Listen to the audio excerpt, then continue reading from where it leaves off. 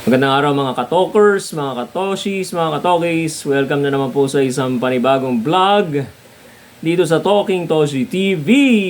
Yes! Dito lang po sa Talking Toshi TV. Ang pag-uusapan po natin, si Meme Vice. Ako po! Nakasasangkot na naman sa isang kontrobersya kamakailan, ano? Ngayon naman, sa kanyang kasama sa trabaho. Walang iba kundi si Ann Curtis. Okay? So para mas maliwanagan natin ang mga bagay-bagay, pakinggan po muna natin kung ano nangyari. Anong kontrobersya ito? Mga kababayan, pakinggan muna natin ito. Di ba? Ang ganda nun ah. Oo. Ang best part ng relationship nila ay yung mga moments na proud siya sa girlfriend. Oo, niya. ganda. That's so nice. Nice. Ganda. Ganda! Pero Diba? Sabi mo nga, nice. Nice. Ganda. Ganda. Ay, bad yun sa akin. Ang galing nito. Sorry po. Pasensya na po kayo. Di ko kasi Bawi ka, bawi. Bawi ka. yun. Bawi ka, bawi. Bawi Bakit ka. yun? Sorry. Ang maganda lang naman yung wala ka naman sinabing Ikaw, ba't masama. nawala ako ng kontrata? Pasensya na po kayo. Hindi ko po sinasadya. Lapse of judgment. Sorry. Pumuri ka lang naman nung sitwasyon nila. Nice naman talaga yung sitwasyon. Maganda naman talaga. Ganda. Pasensya na po. Ikaw talaga.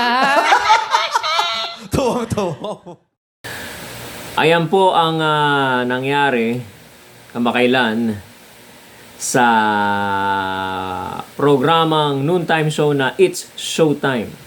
Sa pagitan ng usapan ni Vice Ganda at ni Ann Curtis. Mga kababayan, i-analyze lang po natin yung reaction ni no? Kasi ang nangyari dyan, alam naman natin endorser ng Jollibee itong si Ann Curtis, ano. Endorser naman ng kabila ng kalaban itong si Visceral, ano. So given that situation, mga kababayan, ikaw ba iisipin mo ba, no, kung matino kang tao, no? Iisipin mo bang yung kapwa mo, lalo na pagka kasama mo sa trabaho, alam mo namang kalaban yung ini-endorse nun. Baga parang ipapramp mo siya, parang papainan mo siya, parang bibitagin mo, parang lalagyan mo ng patibong na mapilit siya para mapilit siya sabihin yung kung ano man yung mga taglines or mga linya sa mga commercial ads nung kabilaan na kalaban niya na labag sa kanyang kalooban na alam mong may kontrata. Okay? Iyon ganun ang nangyari dun walang kamalay-malay si Ann Curtis, napasunod siya, no? So, hindi rin naman natin masisisi yung babae, si Ann Curtis dahil na parang nalin lang siya, no? Okay. Ngayon, tingnan natin yung mga reaction niya dun sa titingnan natin yung mga reaction niya dun sa nangyari, Yung mukha ni Ann, mukha ng labis na pag-aalala. Okay? Yan. So nakikita nyo, Okay? Tapos, may instansya doon, kinakabig pa hila ni Meme Vice si Ann Curtis sa kanya. Sa pamamagitan ng bisig niya, ginagano niya, ina-appreciate niya, hinihila niyang ganon. Si Ann Curtis naman talagang gusto niya humalagpos doon sa kasi nga naman, sino ba naman ang matutuwa doon sa ganong, di ba? Mga kababayan? Kahit ba sabihin mong natatawa siya ng konti, pero deep inside yun, malaking pag-aalala yun, Kasi, mababanahag mo sa mukha niya, sa facial expression niya. At ito namang si Meme Vice, kaya niya ginagawa yung gano'n, hinihila niya. Parang sinasabi niya kay Ann Curtis, tigilan mo na, napapahiya ako. Alam ko naman yung ginawa ko mali. Parang kinakabahan na siya kasi gusto niya magbangong puri, ano. Ramdam na niya meron siyang ginawang mali, kaya ginagano niya si Ann Curtis kung babasahin niyo yung mga body language nila. Ito namang si Jong at saka si Bong, ay talaga naman pinagtatawanan. Doon sila sa kabilang panig sa kabilang side sila. Tawang-tawa yung dalawa. Okay?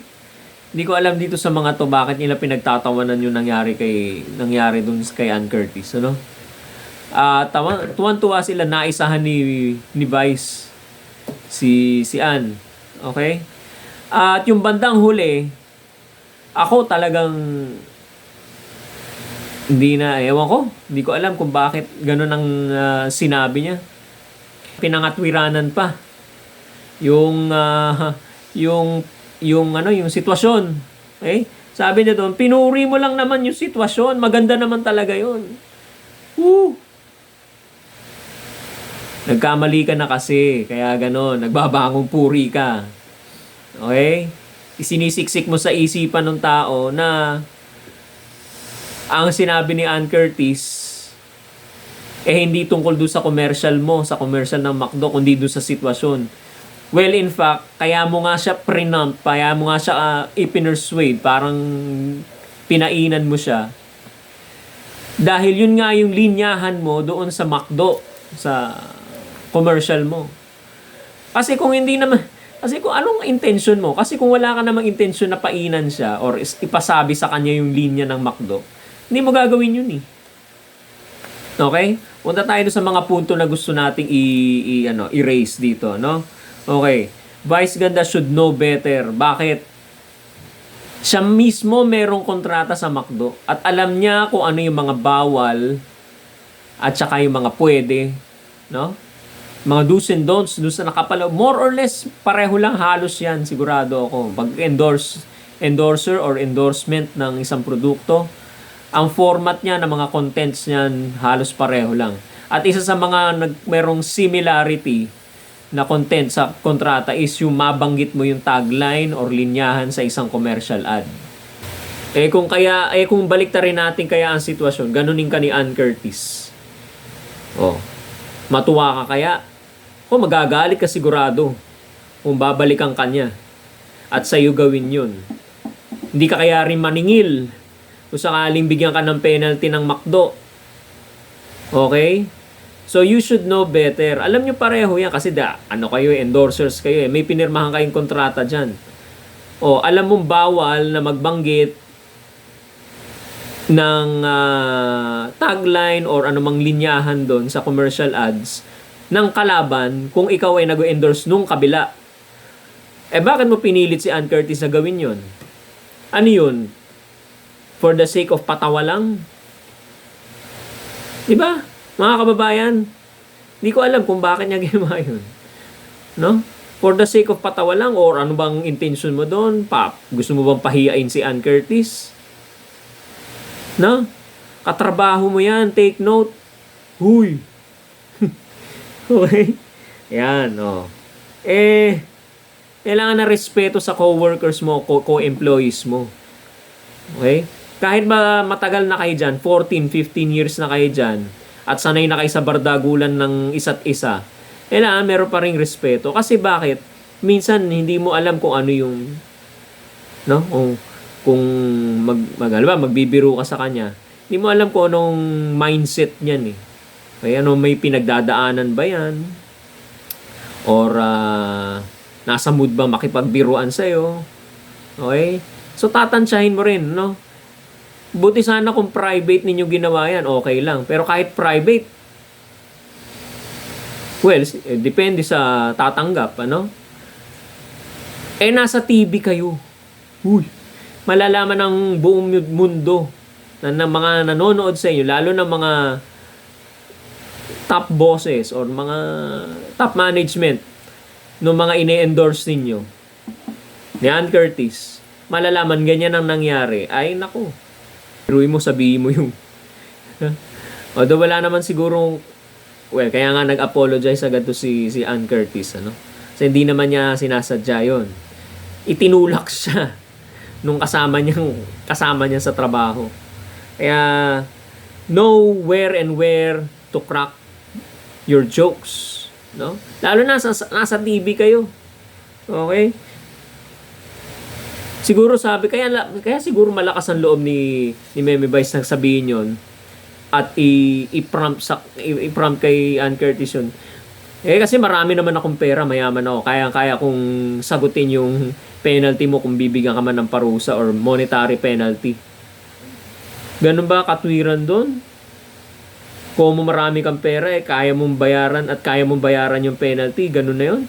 Huy, tao yung kausap mo. Kasama mo sa trabaho. Huwag mong hintayin na merong mag-walk out dyan at mapikon sa'yo. On the air, makikita mag-walk out. Naku po, laking kontrobersya yan. Visceral. Okay? So, kailangan mo respetuhin din yung kasama mo sa sa trabaho. Alright? Sinasabi ko sa inyo, sinasabi ng karamihan, pati yung mga fans ng It's Showtime at saka ni Meme Vice, hindi nagustuhan yung ginawa nyo. Kasi yun being professional sa trabaho, medyo hindi naging professional yon dahil parang nasagi na or nasama na yung legalities nung endorsements ng bawat isa. Well, in this case, yung kay Ann Curtis. Okay? O yan. Sana natuto na kayo ewan ko ba rito sa Showtime, sa It's Showtime. Pinababayaan nyo yung si Visceral na magsalita dyan mag-isa. Okay? Wala ba kayong palagay ko may director naman kayo dyan.